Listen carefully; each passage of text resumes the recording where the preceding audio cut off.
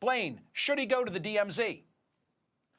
I think to avoid a chance of bumbling into war, it would be better that he did not go. And if he does go, he should be tightly scripted.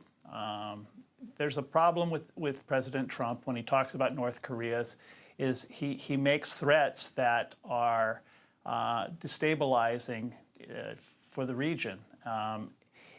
Since the whole idea of the president's visit is to try to find a diplomatic solution, it'd probably be best not to risk something that would make the situation worse. You have used the word rational to describe Kim Jong-un. Defend that term as it applies to him. I think if you look at the record of North Korea over the past 65 years, is that they're in the business of preserving their family business, which is a totalitarian state. They threaten their neighbors. They've done it for decades with artillery, and now they're beginning to threaten their neighbors, their more distant neighbors, like the United States, with ballistic missiles and nukes. But it seems to be the same game, which is to preserve their power inside this relatively small country with a small population. And if you look at North Korea that way, as a sort of family business that's trying to protect its interests in the long term, and look at its track record, that seems to be where the percentages are. And trying to control this regime rather than to go to war with it makes more sense. Well, what does he want? What does Kim Jong-un really want? I think if you look at the family as a whole, his grandfather created the place in the late 1940s, and he ruled for nearly 50 years and died of natural causes. His father ruled for 20-some years and died of natural causes. I think that that's what Kim Jong-un wants. He wants to be in power, running this state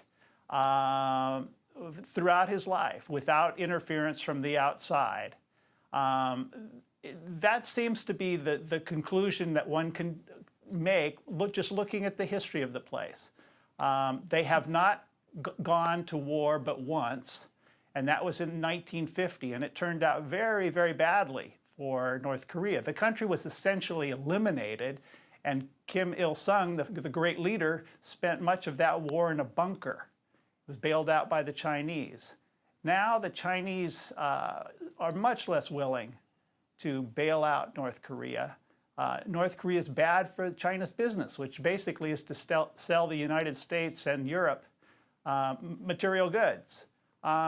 So it's a much more risky proposition to go to war against the West, and it didn't work out well the first time. It seems unlikely they'd want to do it again. Are you suggesting that we should be dismissive, not take seriously, not take at face value these provocative statements that Kim Jong-un continues to make, including that which I used to begin this conversation?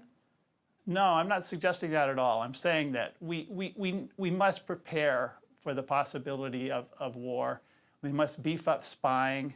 But at the same time, every effort should be made to try to find diplomatic connections at all levels.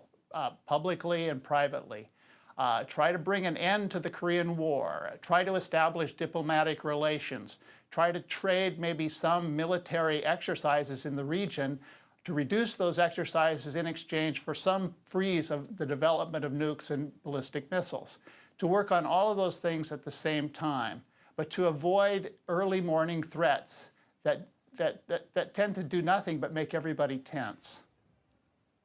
The president is treating Kim Jong-un in some respects as if he's an opponent, and we're back in the Iowa caucus or the New Hampshire primary with the moniker Lion Ted and Little Marco and Crooked Hillary, and now all of a sudden it's Little Rocket Man. Do you think that has a positive or negative impact on Un and this situation, on Kim, I should say?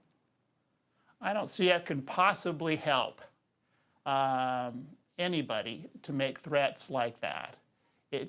Other presidents haven't done it for good reason. But I guess to the president's defense, I would say, and what those other predecessors of his have done hasn't worked because North Korea has continued to march on a nuclear path, and maybe he's trying to out crazy him. You know, he's trying to, as between the two of them, to appear to be the more irrational. Well, you know, that's possible, but it just seems that trying to out crazy somebody is not a good way to run a country when you're the most powerful country in the world. You should try to talk to people, you should try to have strength, and then also project rationality and an openness to diplomatic solutions. Undermining one's Secretary of State with tweets is just not something that's happened before in the United States. It doesn't seem like a productive approach to solving an incredibly difficult problem. There are no easy solutions with North Korea, but threats just make it worse.